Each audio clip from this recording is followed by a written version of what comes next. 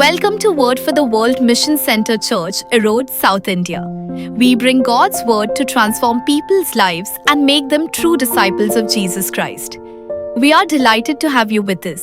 May the Lord bless you abundantly. If you're from Erode, we welcome you to join us in our Sunday worship.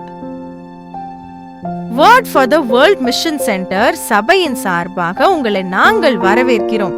நீங்கள் எங்கள் சபையின் ஞாயிறு ஆராதனையில் கலந்து கொள்ள உங்களையும் உங்கள் குடும்பத்தையும் அன்புடன் அழைக்கிறோம். கர்த்தர் உங்களை ஆசீர்வதிப்பாராக.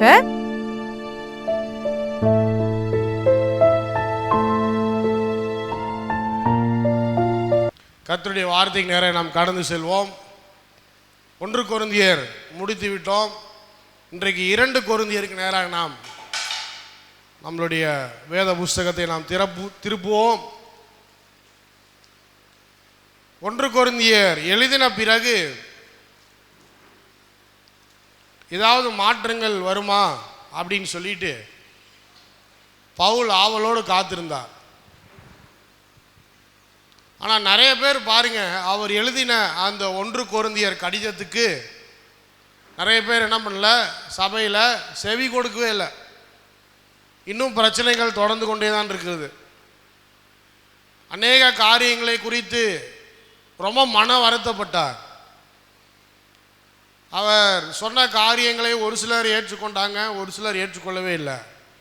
ஒற்றுமையாக இருங்க, பாஸ்டர்னு சொல்லிட்டு தான் இருக்கார், சண்டை போடாதீங்க, ஒற்றுமையாக இருங்க, எல்லாரையும் நேசிங்க, கனப்படுத்துங்க. ஆனால் நீ சொல்கிறத சொல்லு, நாங்கள் செய்கிறத செஞ்சுட்டு தான் இருப்போம் அப்படின்னு இருக்கிற மக்களும் இருக்கிறாங்க. என்ன பண்ணுறது? சர்ச்சுக்கு வாங்க, ஆண்டவரை தேடுங்க, ஆராதனை தவற விடாதீங்க, கம்யூனினை தவற விடாதீங்க, இதெல்லாம் ரொம்ப முக்கியமானது, கடைசி காலம் அப்படின்னு நம்ம சொல்கிற போதனையை நாம் சொல்லிட்டு தான் இருக்கிறோம்.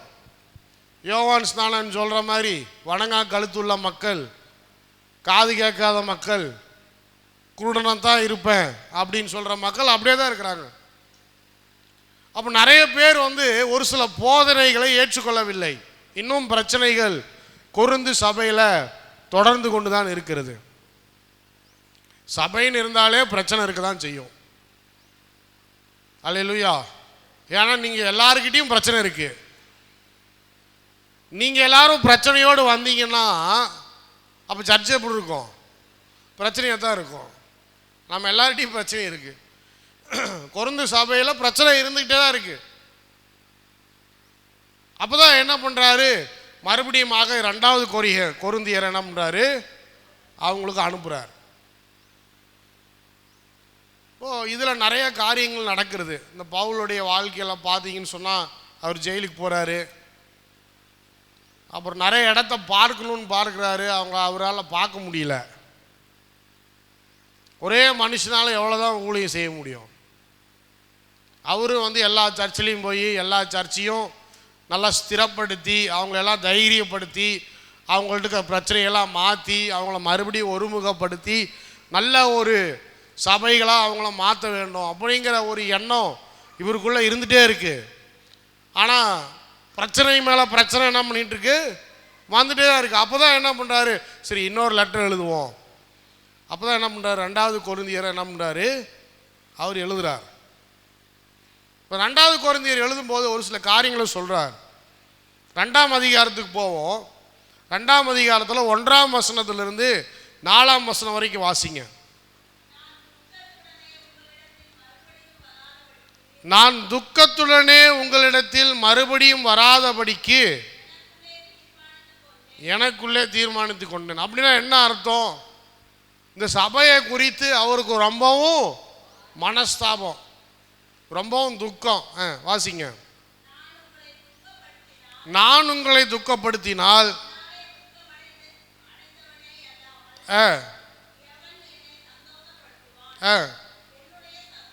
என்னுடைய சந்தோஷம் உங்கள் எல்லாருக்கும் சந்தோஷமாக இருக்கும் என்று நான் உங்கள் எல்லாரையும் பற்றி நம்பிக்கையுள்ளவனாய் இருந்து நான் வரும்போது என்னை சந்தோஷப்படுத்த வேண்டியவர்களால் நான் துக்கம் அடையாதபடிக்கு அதை உங்களுக்கு எழுதினேன். இப்போ என்னன்னு சொல்லி பார்த்தீங்கன்னு சொன்னால், இந்த முதல் கொரிந்தியர் 1வது கொரிந்தியரை எழுதின பிறகு அதை அமிச்சார் பார்த்தீங்களா? அமிச்சதில் ஒரு சிலர் வந்து பவுலுக்கு விரோதமாகவே எழுப்பிட்டார்கள். யாரெல்லாம் பவுல் வந்து நல்லா நினச்சிருந்தாரோ அவங்க வந்து நல்லா சபையை நடத்துவாங்க, எப்படி அவங்க வந்து நல்லா மக்களை வந்து வழி நடத்துவாங்க அப்படின்னு சொல்லி யாரெல்லாம் நல்ல ஒப்பீனியன் அவங்க மேலே வச்சுருந்தாரோ அவங்க எல்லாமே என்ன பண்ணுறாங்க? விரோதமாய் கிரியை செய்கிறவர்களாய் மாறினார்கள். அவரை பற்றி தவறாய் பேசுகிறவர்களாய் மாறிவிட்டார்கள். அப்போது இந்த சண்டை இந்த சர்ச்சில் பார்த்தீங்கன்னா முடியவே இல்லை, தொடர்ந்துக்கிட்டே இருக்குது. அப்போ இந்த சண்டை போடுறவங்களை குறித்து அவர் என்ன பண்ணுறாரு? மிகவும் மனஸ்தாபப்படுறார், துக்கப்படுறார். இது வந்து சந்தோஷமான செய்தி அல்ல. என்றைக்குமே சபை பிரிந்திருப்பது கர்த்தருக்கும் பிரியமானதில்லை, நடத்துகிற ஊழியக்காருக்கும் பிரியமானதில்லை. நம்ம எல்லாரும் சேர்ந்து ஆண்டவரை கனப்படுத்த வேண்டும் என்பதில் அவர் உறுதியாக இருக்கிறார். அதனால தான் சொல்கிறாரு, என்ன சந்தோஷப்படுத்த வேண்டியவங்களே என்ன பண்ணுறீங்க? துக்கத்தை ஏற்படுத்துறீங்க அப்படின்னு சொல்லி சொல்கிறார். 4ஆம் வசனம், அன்றியும் நீங்கள் துக்கப்படும்படிக்கு எழுதாமல் உங்கள் மேல் நான் வைத்த அன்பின் மிகுதியை நீங்கள் அறியும்படிக்கு மிகுந்த வியாகுலமும் மன இடுக்கமும் அடைந்தவனாய் அதிக கண்ணீரோடு உங்களுக்கு எழுதினேன். அல்லேலூயா. ஒருத்தர் வந்து நீங்கள் வந்து சரியாக இருங்க, கரெக்ட் பண்ணுங்க உங்கள் வாழ்க்கையை அப்படின்னு சொன்னாங்கன்னா நம்ம எப்படி எடுத்துக்கிறோம்னு சொன்னால் நம்ம டிஃபென்சிவில் எடுத்துக்கிறோம். இவர் யார் சொல்கிறதுக்கு? அவர் வேலையை அவர் பார்த்துட்டு போக சொல்லுங்கள், அவருக்கு எதுக்கு இந்த தேவையில்லாத வேலை? இப்படி தான் இப்போ எல்லாருடைய மென்டாலிட்டி இருக்குது. அன்றைக்கு கொரிந்து சபையில் இருக்கிற விசுவாசிகளுடைய மென்டாலிட்டி அப்படி தான் இருக்குது. யாராவது ஏதோ ஒன்று சொன்னால் உன் வேலை என்னமோ அதை பாரு, நீ எதுக்கு எங்கள் விஷயத்தில் தலையிடுற? இன்னைக்கு நிறைய பேர் அப்படி தான் பாருங்க. கிறிஸ்தவர்கள் குறை சொல்லாதீங்க, அடுத்தவங்களை பற்றி பேசாதீங்க, இதெல்லாமே கரெக்டு தான். ஆனால் ஒரு பிரச்சனைன்னு வரும்போது அதை அட்ரஸ் பண்ணணும். ஒரு சபையில் பிரச்சனைன்னு வரும்போது அதை பற்றி என்ன பண்ணணும்? அதை மழுப்பக்கூடாது, அதை கரெக்ட் பண்ணணும். நம்மளுடைய வாழ்க்கையில் பிரச்சனைன்னு வரும்போது அதை நம்ம என்ன பண்ணணும்? சரி செய்யணும். ஒரு இளமையான ஊழியக்காரன், நான் ஒரு மூத்த ஊழியக்காரர் வராரா, அவர் ஒரு ஆலோசனை கொடுக்குறாரா, எதனால் கொடுக்குறாரு? என் மேல் வைத்திருக்கிற அன்பினால் கொடுக்குறார். நான் நல்லா இருக்கணும் என்பதற்காக கொடுக்குறார். நானும் அவரை போல ஒரு ஊழியக்காரனாய் வளர்ச்சி அடைய வேண்டும், அனுபவங்களை பெற்றுக்கொள்ள வேண்டும், ஆண்டவருக்காக அநேக காரியங்களை செய்ய வேண்டும் அப்படிங்கிற ஒரு நல்ல எண்ணத்தில் அவர் கடந்து சென்ற பாதையில் கிடைத்த அந்த அனுபவத்தை வைத்து எனக்கு ஆலோசனை கொடுக்குறார். அப்போ எப்படி ஏற்றுக்கணும்? அதை எப்படி ஏற்றுக்கணும்? சந்தோஷமாக ஏற்றுக்கணும். அல்லேலூயா. ஆனால் எப்படி ஏற்றுக்கிறாங்க? இப்போ இன்னைக்கு என்னைய பற்றி பேசுறதுக்கு அவர் யார்? அவருக்கு கொடுக்கப்பட்ட ஊழியத்தை மட்டும் அவரை செய்ய சொல்லுங்க, நாங்கள் என்ன பண்ணுறோமோ எப்படி பண்ணுறோம் அதெல்லாம் அவருக்கு எதுக்கு? அவர் வேலையை பார்த்துட்டு போக சொல்லு. கொச்சையாய் பேசுவது இது மனஸ்தாபத்தை ஏற்படுத்தினது, பவுலுக்கு மனஸ்தாபத்தை ஏற்படுத்தினது. கொரிந்து சபையில் இருக்கிற ஊழியக்காரங்க பவுல் யாரையா சொல்கிறதுக்கு அந்த விஷயம் அவருக்கு போகுது. அதனால தான் சொல்கிறாரு, நான் வேதனையோடு பாரத்தோடு கண்ணீரோடு உங்களுக்கு நான் அதை எழுதினேன், உங்கள் மேலே வைத்திருக்கிற அன்பினால் நான் எழுதினேன். நீங்கள் எல்லாரும் நல்லா இருக்கணும், வாழ்க்கையில் முன்னேற வேண்டும், உங்கள் சபை கர்த்தருக்கு கீழ்ப்படிந்த சபையாக இருக்க வேண்டும், ஆவிக்குரிய வாழ்க்கையில் நீங்கள் எல்லாரும் வளர்ச்சி அடைய வேண்டும் என்ற நல்ல நோக்கத்தோடு உங்கள் மேலே வைத்திருக்கிற அன்புனால தான் நான் என்ன பண்ணுறேன்? இதாவது சொல்கிறேன். அப்போ யாராவது ஒருத்தர் நமக்கு ஆலோசனை சொன்னால் கோச்சிக்கூடாது. முக்கியமாக போதகர்கள், ஒரு பாஸ்டர் நம்மளை பார்த்து நீ இதை கரெக்ட் பண்ணு அப்படின்னு சொன்னால், சரிங்க பாஸ்டர் நான் கரெக்ட் பண்ணிக்கிறேன், என் மேலே ஏதாவது தவறு இருந்தால் நீங்கள் சொல்லுங்கள், உங்களுக்கு முழு அதிகாரம் இருக்குது. நீங்கள் தான் எனக்கு தகப்பன். அல்லேலூயா. அப்படி இருக்கணும் விசுவாசிங்க. ஆனால் இன்றைக்கி யாராவது ஒருத்தர் பேசுனா, ஒரு வார்த்தை பேசுனா, இந்த சர்ச்சுன்னா 1000 சர்ச் இருக்குதுன்னு என்ன பண்ணிக்கிறாங்க, எல்லோரும் கிளம்பி போயிடுறாங்க. அந்த சர்ச்சில் எங்களை திட்டுறது இல்லை, இந்த சர்ச்சில் இந்த பாஸ்டர் சும்மா திட்டிகிட்டே கிடக்கிறாரு அப்படின்ட்டு போயிடுறாங்க. அப்படி அல்ல. நம்ம மேலே வைத்திருக்கிற அன்பின் நிமித்தமாக நம்முடைய பரிசுத்த வாழ்க்கை வளர்ச்சி அடைய வேண்டும், முன்னேற வேண்டும் என்ற ஒரே காரணத்துக்காக தான் நமக்காக என்ன பண்ணுறாங்க, அவங்க ஆலோசனை கொடுக்குறாங்க. எத்தனை ஆலோசனை வேணால் எவ்வளோ வேணாலும் கொடுக்கட்டும், அதை கேட்டுக்கலாம் நம்ம. அல்லேலூயா. சரி, எது நமக்கு உகந்ததோ ஏற்றதோ அதை நம்ம என்ன பண்ணிக்கலாம், நம்ம செய்து கொள்ளலாம். அப்புறம் அடுத்து 9ஆம் வசனத்துக்கு போங்க. நீங்கள் எல்லாவற்றிலையும் கீழ்ப்படிந்திருக்கிறீர்களோ என்று உங்களை சோதித்தறியும்படி இப்படி எழுதினேன். எதற்காக சொல்றாரு? நம்மளை நாமளே செக் பண்ணி பார்க்கணும். நம்ம ஆண்டவருக்கு கீழ்ப்படுகிறவங்களா இருக்கிறோமா, பயந்தவங்களா இருக்கிறோமா? அப்போது இந்த 2வது கொரிந்தியர் ஒரு அட்வைஸ் லெட்ரு. அல்லேலூயா. ஃபஸ்ட்டு கொரிந்தியர் 1ஆம் கொரிந்தியர் நடக்கிற காரியங்கள் எல்லாத்தையும் பற்றி என்ன பண்ணுறாரு, அவர் பேசுகிறார். நடக்கிற காரியங்கள் எல்லாத்தையும் விட்டு அடிச்சிடுறாரு, விளாசிடுறாரு.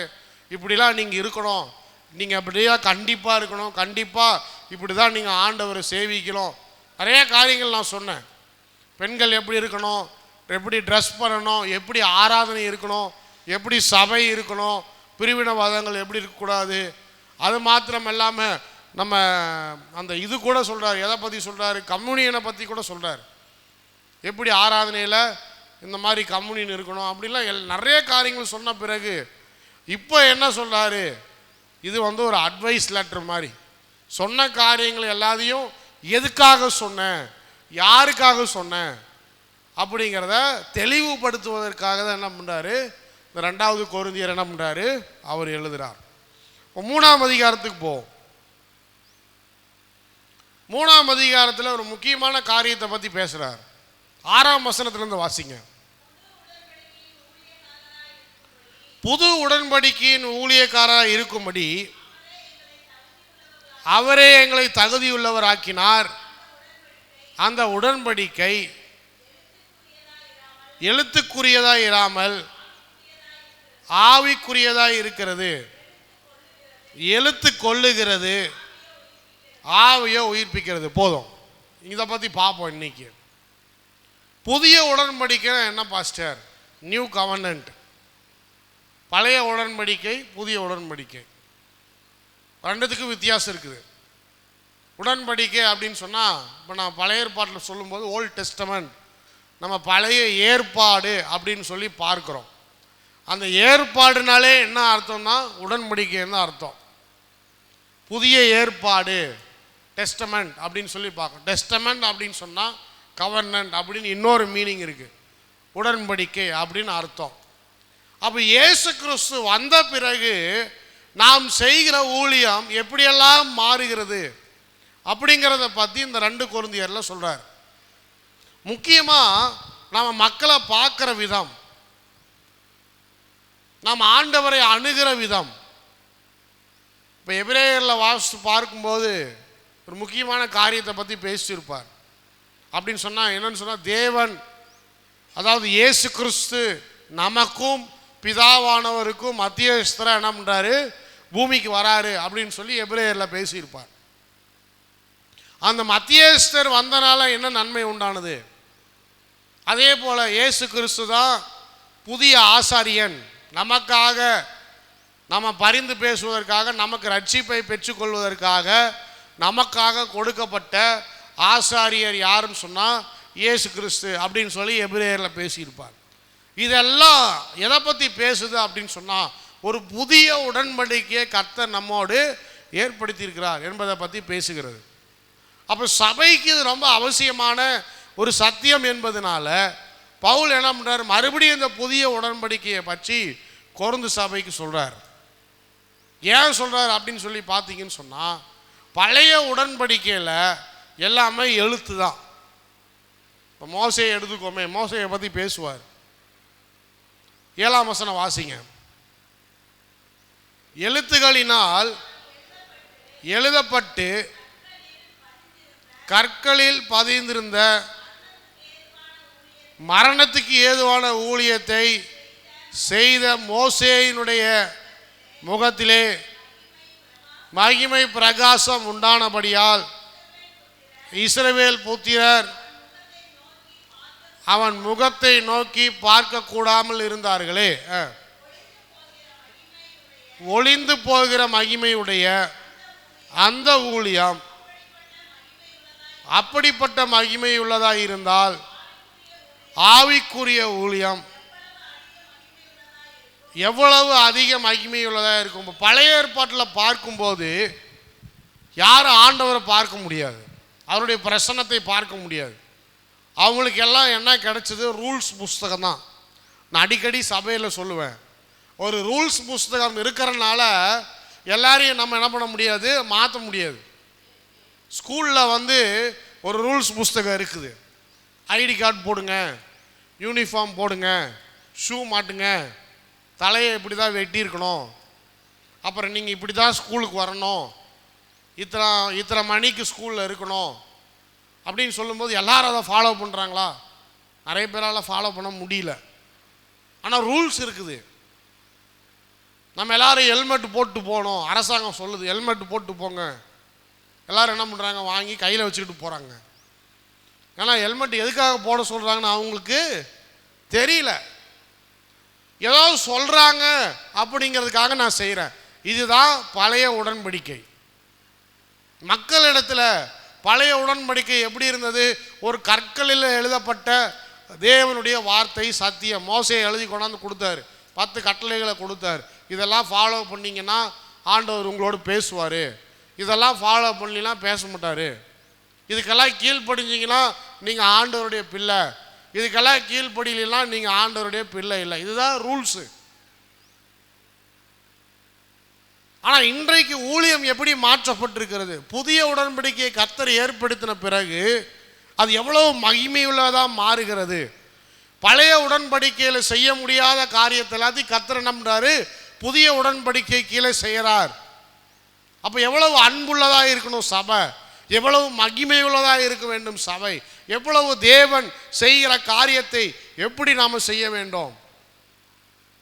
அப்படின்னா மன மாற்றம் என்பது வேறு புஸ்தகத்தில் மட்டும் இருக்கக்கூடாது, மன மாற்றம் என்பது நம்முடைய உள்ளத்தில் இருக்க வேண்டும். அல்லேலூயா. ஆராதனை என்பது வேறு புஸ்தகத்தில் மட்டும் இருக்கக்கூடாது, ஆராதனை என்பது நம்முடைய உள்ளத்தில் இருக்க வேண்டும். நிறைய பாடல்களை புஸ்தகத்தில் எழுதியிருக்கிறாங்க. ஒரு சிலர் சபையில் போய் அதை படிப்பாங்க. என்னப்பா அது, 2 பேர் பாடுவான், 2 பேர் சும்மா நிற்பான். ஆனால் என்ன பாடுறான்னு அவனுக்கும் தெரியாது, அடுத்தவங்களுக்கும் தெரியாது. அடுத்தது ஒரு ப்ரேயர் வாசிப்பாங்க. அந்த ப்ரேயர் வாசிக்கும்போது ஃபாதரியார் வாசிப்பார், எல்லாரும் திரும்ப திரும்ப சொல்லுவாங்க. அப்போ அப்படியே சொல்லுவாங்க, ஆனால் என்ன அர்த்தம்னு சொல்லி அவங்களுக்கு யாருக்கும் தெரியாது. ஒருவேளை பாதிரியாருக்கு தெரிஞ்சிருக்கலாம், ஏன்னா அவர் படிச்சுட்டு வந்திருக்கிறாரு. ஆனால் படிக்காத மக்களுக்கு அந்த ப்ரேயரை ஏன் செய்கிறோம், எதுக்காக செய்கிறோம் எதுவுமே தெரியாது. அப்போ எல்லாமே புஸ்தகத்தில் இருக்குதே தவிர எங்கே இல்லை, உள்ளத்துக்குள்ளே இல்லை. இந்த புதிய உடன்படிக்கையை கர்த்தர் ஏன் ஏற்படுத்துகிறார் அப்படின்னு சொன்னால், இந்த ரூல்ஸ் எல்லாம் வெறும் புஸ்தகத்தில் இருந்தால் பிரயோஜனம் கிடையாது. இதெல்லாம் அவங்களுடைய வாழ்க்கையில் அவங்களுடைய உள்ளத்துக்குள்ள இவைகளெல்லாம் எழுதப்பட்டால் ஒழிய இவங்க யாருமே ஆண்டவரை நேசிக்க போகிறது இல்லை. அல்லேலூயா. இயேசு கிறிஸ்து அதுக்காக தான் இறங்கி வந்தார். ஏன்னா புஸ்தக மதமாக இது மாறிடக்கூடாது, வெறும் ரூல்ஸ் உள்ள மதமாக இது மாறிடக்கூடாது. ஆனால் என்ன பண்ணுறாரு, சொல்கிறாரு, அப்போது இந்த புஸ்தகத்தை பெற்ற மோசேயினுடைய முகத்தை அநேகரால் பார்க்க முடியவில்லை. ஏன்னா அப்போ ஆண்டவருடைய சமூகத்துக்கு போகணுன்னா சாதாரணமான விஷயம் இல்லை, பரிசுத்தமாக இருக்கணும். இந்த புல்பீட் பாருங்கள், இதில் யாரும் ஏற முடியாது. பழைய சர்ச்சில் பழைய ஏற்பாட்டின் காலத்தில் இந்த புல்பீட்டில் யாரும் ஏறவே முடியாது. ஆசாரியனே பாவத்தில் ஏறிட்டான்னு சொன்னால் அங்கேயே விழுந்து செத்துருவான். இன்னைக்கு சிஎஸ்ஐ ஃபாதர் ஏன் கயிறு கட்டியிருக்கிறாரு யாருக்காவது தெரியுமா? கயிறு ஏன் கட்டியிருக்கிறாரு யாருக்காவது தெரியுமா? கலர் கலராக கட்டியிருக்கிறாங்க. கருப்பு கயிறு ஒன்று, கேத்தலிக்கு வந்து வேறு கலரு, ஆங்கிலிக்கன் சர்ச்சு வேறு கலரு. ஏன் கயிறு கட்டியிருக்காங்கன்னா, பழைய ஏற்பாட்டில் வந்து ஒவ்வொரு ஆசாரியனும் ஒரு பெல்லோடு சேர்த்து ஒரு கயிறு கட்டுவாங்க. அந்த கயிறு வந்து வெளியே இருக்கும். இவர் வந்து என்ன பண்ணுறாரு, உள்ளே போய் அந்த மகா பரிசுத்த ஸ்தலத்தில் போய் என்ன பண்ணுறாரு, ஆண்டவருக்கு தூபம் காட்டி அந்த தொழுகை செய்வதற்கு இவர் உள்ளே போகும்போது சப்போஸ் அவர்கிட்ட ஏதாவது குறை இருந்துச்சுன்னு சொன்னால், கர்த்தர் அவர் இடத்துல பிரியப்படலைன்னு சொன்னால் அங்கேயே அவர் விழுந்து செத்துருவார். சாகும்போது இந்த கீழே விழுந்து இந்த பெல்லு சத்தம் என்ன பண்ணோம், அடிக்கும் கிணிங்கிட்டு. அப்புறம் அங்கே வெளியே இருக்கிறவங்க என்ன பண்ணுவாங்க, ஐயையோ ஆசாரியன் மரித்து போயிட்டாரு, அவரை வந்து கொண்டு வருவோம் அப்படிங்கிற. ஏன்னா அவங்க உள்ளே போக முடியாது, அவங்க உள்ளே போனால் அவங்களும் செத்துருவாங்க. அப்போ என்ன பண்ணுவாங்க, அந்த இடுப்பில் கட்டியிருக்கிற கயிறை வச்சு தான் அவங்க என்ன பண்ணுவாங்க, வெளி இழுப்பாங்க. வெளி இழுத்த பிறகு அவங்கள கொண்டு போய் அடக்கம் பண்ணுவாங்க. அப்போ ஒரு ஆசாரியன் மரித்து போனால் ஆண்டவருடைய சமூகத்தில் போய் நின்று அந்த பிரசன்னத்தை தாங்க முடியாமல் அந்த அவருடைய வாழ்க்கையில் ஏதாவது ஒரு பிரச்சனையோ ஒரு பாவமோ இருந்து அது மன்னிக்கப்படாமல் கர்த்தர் அவர் உயிரை எடுத்துக்கொண்டால் அவரை வெளியே இழுத்து அடக்கம் செய்வதற்காக அந்த கயிறு கட்டினாங்க. அல்லேலூயா. இப்போ இன்றைக்கி நான் கட்டுறதில்ல, ஏன்னா இங்கே வந்து நான் ஒன்றும் சாக போகிறதில்ல, நீங்கள் என்னை பிடிச்சி கயிறில் இழுக்க போகிறதும் கிடையாது. அல்லேலூயா. இதுதான் புதிய உடன்படிக்கை. இந்த புதிய உடன்படிக்கை ஏன் ஏற்படுத்தப்பட்டுச்சுன்னு சொன்னால், இப்போ நாம் எல்லாரும் என்ன பண்ணலாம், ஆண்டவருடைய சமூகத்தில் போய் என்ன பண்ணலாம், நம்முடைய பாவங்களுக்கு மன்னிப்பை கேட்கலாம். நீங்கள் யாரும் போய் ஒரு ஆசாரியன்கிட்ட போய் என் பாவத்தை எழுதி கொடுத்து எனக்கு மன்னிப்பு வாங்கி கொடுங்க, எனக்கு வந்து நீங்கள் போய் ஆண்டவரத்தில் பேசுங்க அப்படின்னு சொல்லணுன்ற அவசியமே இல்லை. ஒரு பாஸ்டர் எதுக்காக, உங்களுக்கு டீச் பண்ணுறதுக்கு தான் பாஸ்டர். ஒரு பாஸ்டர் எதுக்காக, உங்களுக்கு ஏதாவது வேணும்னு சொன்னால் உங்களை வழி நடத்துறதுக்காக தான் பாஸ்டர். அப்போ உங்களுக்கு யார் போதிக்கிறது, உங்களை யார் நடத்துறது, பரிசுத்த ஆவியானவர். அவர் உங்களுக்கு தேவையான எல்லா சத்தியங்களையும் அவர் உங்களுக்கு போதிக்கிறவராக இருக்கிறார். அல்லேலூயா. அவர் உங்களை நடத்துகிறவராக இருக்கிறார். அப்போ அந்த விழுந்து போன ஊழியன்னு சொல்றார். எப்படி பழைய ஏற்பாட்டில் நடந்த ஊழியம் என்னது, அது விழுந்து போன ஊழியம், அதில் எந்த நன்மையும் இல்லை. ஆனால் ஆண்டவருடைய சமூகத்தில் ஒருத்தன் போய் உட்காரவே முடியாத சூழ்நிலையில் எப்படி அந்த ஊழியம் வளரும். ஆனாலும் கூட அந்த ஊழியத்தில் இருந்த மகிமையை காட்டிலும் இந்த புதிய உடன்படிக்கையின் கீழே ஊழியம் செய்கிற ஊழியத்தினுடைய மகிமை எவ்வளவு பெரிதாக இருக்கும். அங்கே 10 பேர் ரட்சிக்கப்பட்டாலும் இங்கே 1000 பேர் ரட்சிக்கப்படணும். அல்லேலூயா சொல்லுங்க. அதுக்கு தான் தேவன் புதிய உடன்படிக்கை ஏற்படுத்தியிருக்கிறார். அங்கே 5 பேர் பரலோகம் போனாங்கன்னா இங்கே 5000 பேர் பரலோகம் போகணும். அதான் கர்த்தர் எதிர்பார்க்கிறார். அங்கே சண்டை போட்டு கிடந்தாங்கன்னா இங்கே எல்லாரும் ஒற்றுமையாக இருக்கணும். அங்கே ஏற்றத்தாழ்வு இருந்துச்சுன்னு சொன்னால் இங்கே எல்லாரும் சமமாக இருக்கணும். அங்கே பிரச்சனை,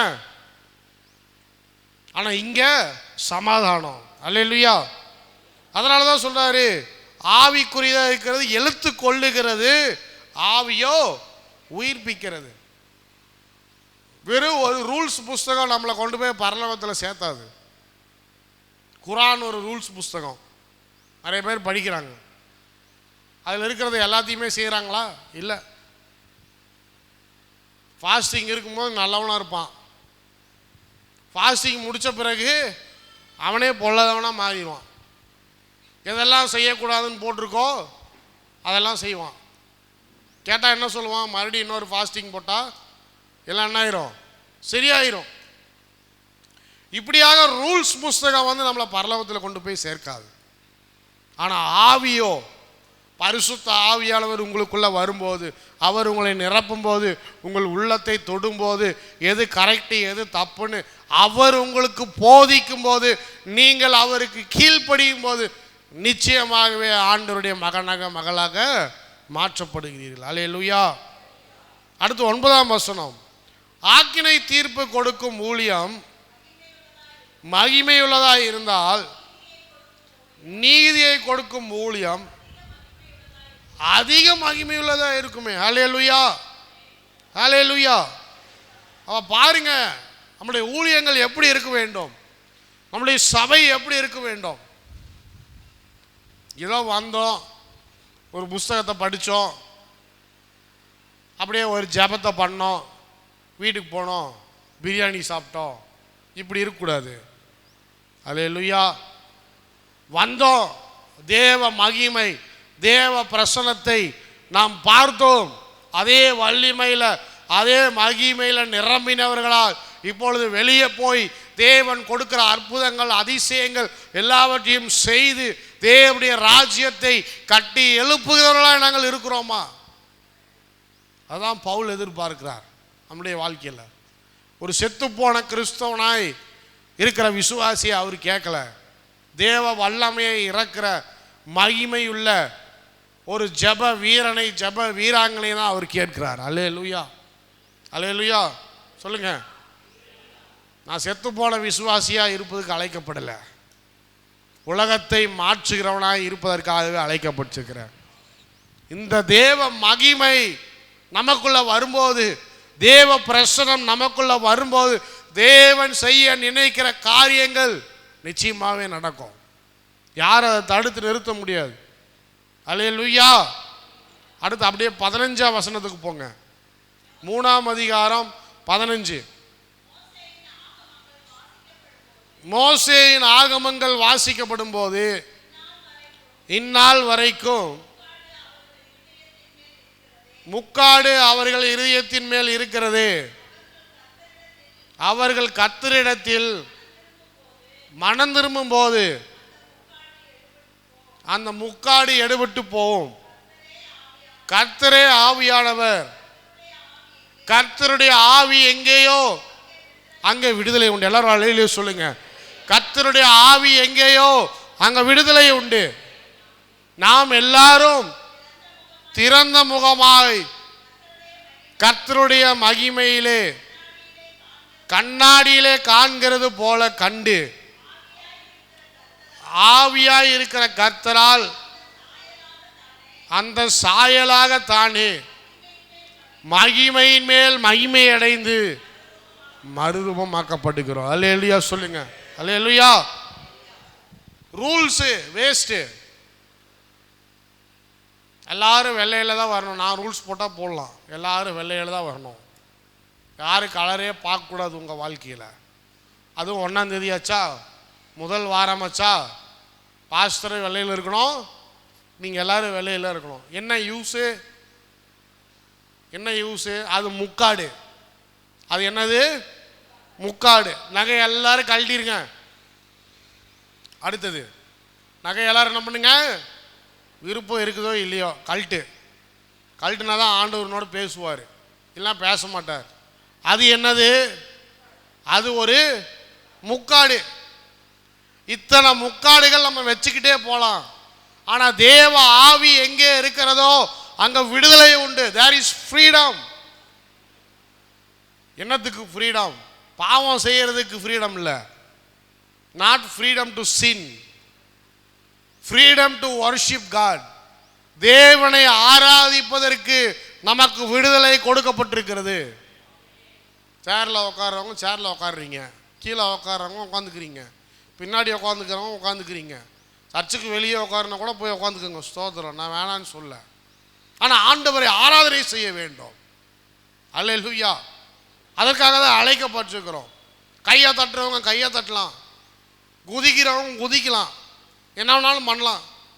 ஆனால் கடைசியில் நாம் என்ன விதத்தில் முடிக்கணும்னு சொன்னால், தேவனை ஆராதனை செய்கிறோமா, அவரை கனப்படுத்துகிறோமா, அவருடைய பிரசன்னம் நம்மளை நிரப்புகிறதா என்பதுதான் முக்கியம்.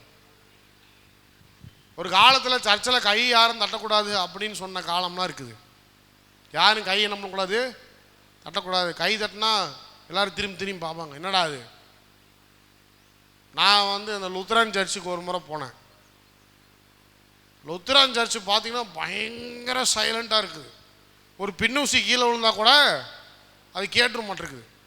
ஆனால் அந்த சர்ச்சு கட்டியிருக்கிறாங்க பாருங்கள், அமைப்பு நல்ல ஒரு மேலே அப்படியே ஒரு ரவுண்டு டோம் மாதிரி போட்டு கட்டியிருக்கிறாங்க ஃபாரினர்ஸு. அதில் மைக்கே தேவையில்லை. ஆச்சரியமாக இருக்குது எனக்கு. மைக்கே தேவையில்லை. திடீர்னு அந்த மூளையிலேருந்து யாரோ ஒருத்தர் ஒரு மெல்லிய சத்தத்தில் பேசினா அது ஃபுல்லாக போய் கேட்குது.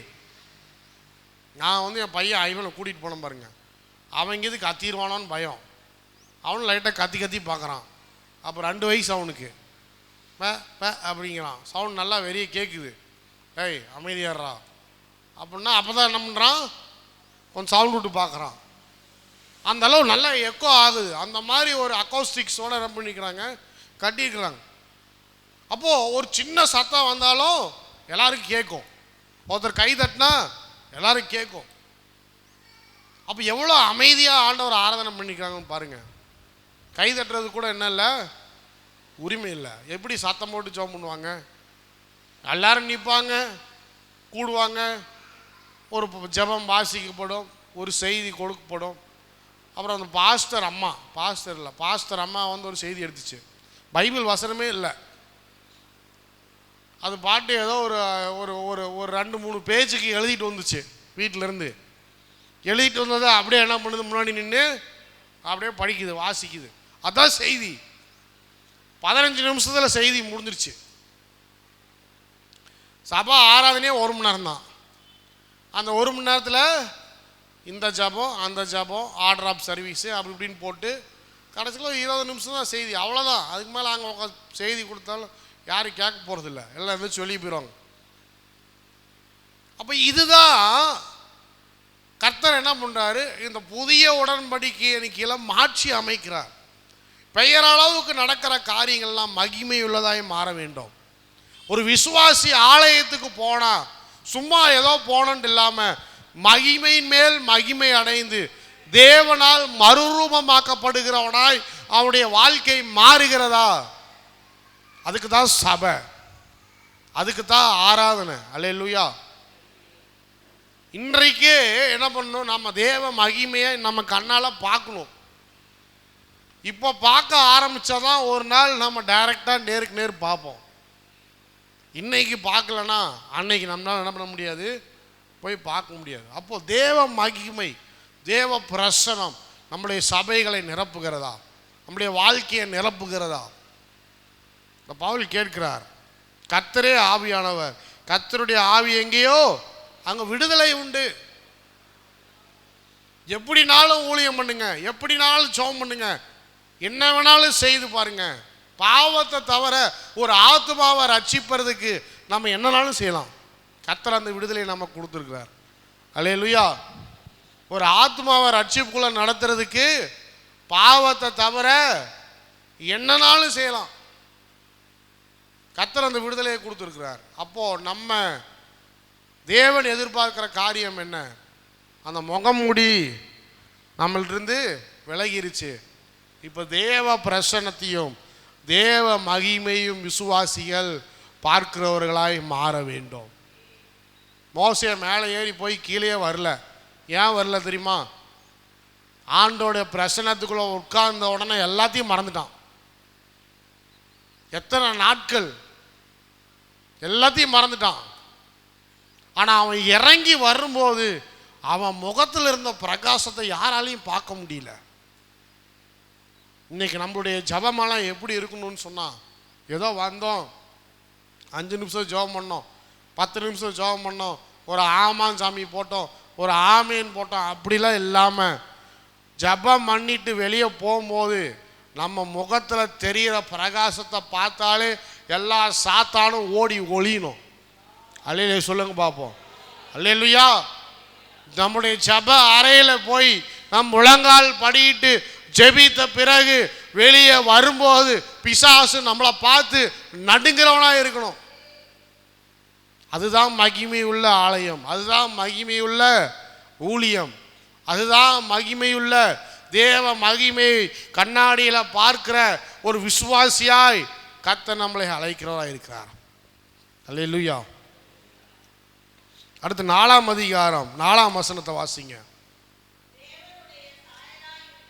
தேவனுடைய சாயலாய் இருக்கிற கிறிஸ்துவின் மகிமையான சுவிசேஷத்தின் ஒளி அவிவிசுவாசிகள் ஆகிய அவர்களுக்கு பிரகாசமாய் இராதபடிக்கு இப்பிரபஞ்சத்தின் தேவனானவன் அவருடைய மனதை குருடாக்கினான். சாத்தான் என்ன பண்றான்? சுவிசேஷத்தை அறிவிக்கிறவர்கள் அதை ஏற்றுக்கொள்ளாதபடிக்கு எல்லாருடைய இருதயத்தை குருடா வச்சிருக்கலாம். அப்போ தேவ மகிமையை ஏன் பெறுகிறோம்? தேவ சாயல்ல ஏன் மாறுறோம்? இப்பேற்பட்ட குருடர்களுடைய கண்களை திறப்பதற்காக தான் கர்த்தர் என்ன பண்றாரு? புதிய உடன்படிக்கையின் கீழே நம்மளை ஊழியக்காரர்களாய் வைத்திருக்கிறார். அல்லேலூயா, அல்லேலூயா. 8ஆம் வசனத்திலிருந்து வாசிங்க. நாங்கள் எப்பக்கத்திலும் நெருக்கப்பட்டோம், ஒடுங்கி போகிறதில்ல, கலக்கமடைந்தும் மனமுறிவு அடைவதில்லை, துன்பப்படுத்தப்பட்டும் கைவிடப்படுகிறதில்லை, கீழே தள்ளப்பட்டும் மடிந்து போகிறதில்லை. கர்த்தராகிய இயேசுவினுடைய ஜீவனும் எங்கள் சரீரங்கத்திலே விளங்கும்படிக்கு இயேசுவின் மரணத்தை எப்பொழுதும் எங்கள் சரீரத்திலே சுமந்து திரிகிறோம். அல்லேலூயா, அல்லேலூயா. அடுத்த வசனம் 11ஆம் வசனத்தில், உயிரோடு இருக்கிற நாங்கள் எப்பொழுதும் இயேசுவின் நிமித்தம் மரணத்துக்கு ஒப்பு கொடுக்கப்படுகிறோம். அல்லேலூயா. என்ன சொல்றாரு? கஷ்டம் வருங்க, உபத்திரம் வருங்க, போராட்டம் வருங்க, சாத்தா என்னெல்லாம் செய்யணும்னு நினைக்கிறானோ எல்லாத்தையும் செய்து பார்ப்பான். ஆனால் நீங்கள் தேவ மகிமையில பிரவேசிக்கிறவர்களாய் இருப்பீர்கள் என்று சொன்னால் நீங்க முறிந்து போக மாட்டீங்க, நீங்க மடிந்து போக மாட்டீங்க. அல்லேலூயா. கர்த்தர் உங்களுக்காக யுத்தம் செய்கிறவராய் இருக்கிறார். பிசாசை ஜெயிக்கிறவர்களாய் இருப்பீர்கள். அல்லேலூயா. அடுத்தது 16ஆம் வசனத்துக்கு போங்க. ஆனபடியினாலே நாங்கள் சோர்ந்து போகிறதில்ல. பக்கத்தில் இருக்கிறவங்கள பார்த்து சொல்லுங்களேன், நாங்கள் என்னைக்கு சோர்ந்தே போக மாட்டோம், நாங்கள் என்னைக்கு சோர்ந்தே போக மாட்டோம். தூங்குறவங்களாம் அப்போ தான் எந்திரிப்பாங்க, பாஸ்டர் என்னமோ பேசிட்டு இருக்கிறார் அப்படின்னு சொல்லிட்டு. என்ன ஆனாலும் சரி, பிசாசு என்ன செய்ய நினைத்தாலும் என் வாழ்க்கையிலே நான் சோர்ந்து போக மாட்டேன். எத்தனை அடியை வேணாலும் நீ ட்ரை பண்ணிக்க, என்ன வேணாலும் பண்ணிக்க, யாரை வேணாலும் நீ ஏவி விடு, என்ன வேணாலும் பேசு. எனக்கு விரோதமாக 5000 பேரோ 10,000 பேரோ 15,000 பேரோ 20,000 பேரோ நீ கொண்டு வா, நான் ஜெபத்திலே தேவ மகிமையை கொண்டு தேவ பிரசன்னத்தை கொண்டு எல்லாரையும் முறியடிப்பேன். நான் சோர்ந்து போவதில்லை. அல்லேலூயா. எங்கள் புறமான மனுஷனானது அழிந்தும் உள்ளான மனுஷனானது நாளுக்கு நாள் புதிதாக்கப்படுகிறது. மேலும் காணப்படுகிறவைகள் அல்ல, காணப்படாதவைகளை நோக்கி நமக்கு அதி சீக்கிரத்தில் நீங்கும் இந்த லேசான உபத்திரவம். அல்லேலூயா சொல்லுங்க, அல்லேலூயா. ஏனெனில் காணப்படுகிறவைகள் அநித்தியமானவைகள், காணப்படாதவைகளோ நித்தியமானவைகள். எவ்வளோ பெரிய அட்வைஸ் கொடுக்குறாரு பாருங்க. இதுக்கு தான் சொன்னேன், 2 கொரிந்தியர் ஒரு அட்வைஸ் லெட்டர். அல்லேலூயா, ஒரு அட்வைஸ் லெட்டர் சொல்றாரு பாருங்க. லேசான உபத்திரவம். தேவ மகிமையில் நாம் இருக்கும்போது, தேவ பிரசனத்தில் நம்ம வாழ்க்கை இருக்கும்போது உபத்திரவம் நம்மளை ஒன்றுமே பண்ணாது. உபத்திரவம் என்ன பண்ணாது? நம்ம பக்கமே வராது. பிரச்சனை வரும், கஷ்டம் வரும், எல்லா சூழ்நிலையும் வரும். ஆனால் கர்த்தர் உங்களை நிலைத்து நிறுத்துவார். உங்களுக்கு விரோதமாக எழும்புகிற காரியங்கள் எல்லாம் வாய்க்காமல் போகும். உங்களுக்காக அவர் யுத்தம் பண்ணுகிறவராக இருக்கிறார். உங்கள் தலையை நிமிரச் செய்கிற தேவனாக இருக்கிறார். உங்களை வழி நடத்துகிறவராக இருக்கிறார். ஒரு சிங்கத்தை போல, ஒரு கெர்ச்சிக்கிற சிங்கத்தை போல கர்த்தர் உங்களுக்கு என்ன பண்றாரு? அவருடைய பிரசன்னத்தை கொடுத்து உங்களை அனுப்புறார். போய் யுத்தம் பண்ணு. பெரிய உபத்திரவம் எல்லாம் லேசான உபத்திரவம் போல தெரியும். அல்லேலூயா. இவெல்லாம் ஒரு பெரிய விஷயமே கிடையாது. இவனை பற்றி நினச்சி நான் எதுக்கு எனர்ஜி டைமை வேஸ்ட் பண்ண, அதெல்லாம் கர்த்தர் பார்த்துக்கொள்வார். எனக்கு ஜெபிக்கிறதுக்கு நேரம் இல்லை, ஊழியம் பண்ணுறதுக்கு நேரம் இல்லை, பிரசங்கம் பண்ணுறதுக்கு நேரம் இல்லை. இப்படி இருக்கும்போது எப்படி? ஆண்டவர் பாருங்க சொல்கிறாரு, தேவ மகிமை, தேவ பிரசன்னம், புதிய உடன்படிக்கை கீழே கர்த்தர் உங்களை மாற்றும் போது உங்கள் வாழ்க்கையை தொட்டு, உங்கள் உள்ளத்தை தொட்டு, அதுக்கு தான் சொல்கிறது ஆவியில் நிரம்பி ஜெபம் பண்ணுங்க. எப்படி ஜெபம் பண்ணோம்? ஆவியில் நிரம்பி ஜெபிங்க. ஆவியில் நிரம்பி ஜெபிக்க ஆரம்பித்தீங்கன்னு சொன்னால் தேவன் செய்கிற காரியம் மிகப்பெரிய காரியமாக இருக்கும். எழும்பி நிற்போம். மீதி அடுத்த வாரம்.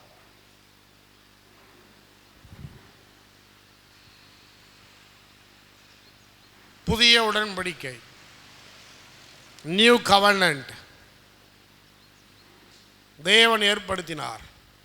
உங்கள் உள்ளத்தில் தேவனுடைய அன்பையும் தேவனுடைய பிரசன்னத்தையும் நீங்கள் பார்க்கும் பொருட்டாக தேவ மகிமை நாளுக்கு நாள் மகிமையின் மேல் மகிமை அடைந்து தேவ சாயல்ல மாறுகிறவர்களாய் கர்த்தர் உங்களை மாற்றி கொண்டிருக்கிறார். விசுவாசிக்கிறவங்க அல்லேலூயா சொல்லுங்க. அல்லேலூயா. தேவ சாயல் ஆக மாறி நான் தேவனோடு இருப்பேன். தேவன் அதுக்காகவே அழைக்கப்பட்டிருக்கிறீங்க. இந்த உலகத்தில் சினிமா நடிகரை போல் இருப்பதற்காக அல்ல, உலக அழகியை போல் இருப்பதற்காக அல்ல, தேவ சாயல் ஆக மாறி தேவனை போல் இருப்பதற்காக அழைக்கப்பட்டிருக்கிறீங்க. புதிய உடன்படிக்கை கீழே நீங்கள் கிரியை செய்யும் போது தேவ மகிமை அனுதினமும் உங்களை நிரப்போம். கர்த்தர் அனுதினமும் உங்களை நடத்துகிறார். லேசான உபத்திரவம் எல்லாம் மாறி போகும். அல்லேலூயா. உங்கள் வாழ்க்கையில் எவ்வளோ பெரிய பிரச்சனையாக இருந்தாலும் அதெல்லாம் லேசான உபத்திரவம். கர்த்தர் உங்களுக்காக யுத்தம் பண்ணுகிறார். நல்ல ஆண்டவரே, இந்த காலை நேரத்தில் கூட நீர் எங்களோடு பேசின காரியத்துக்காக நாங்கள் நன்றி செலுத்துகிறோம்.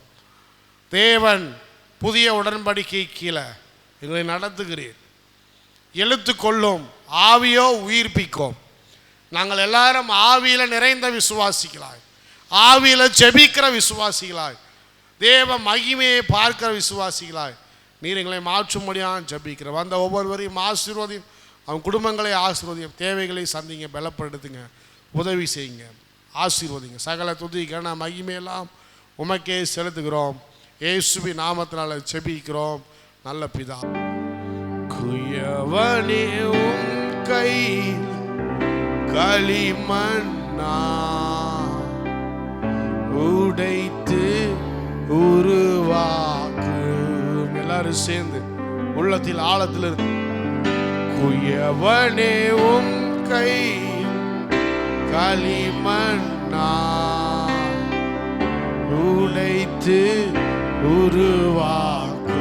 என் சித்தம் அல்ல ஆண்டவரே, என் சித்தம் அல்ல உம் சித்தம் நான் தருகிறேன் உம் கையிலே. என் சித்தம் அல்ல உம் சித்தம் நான் தருகிறேன் உம் கையிலே. என்னை தருகிறேன்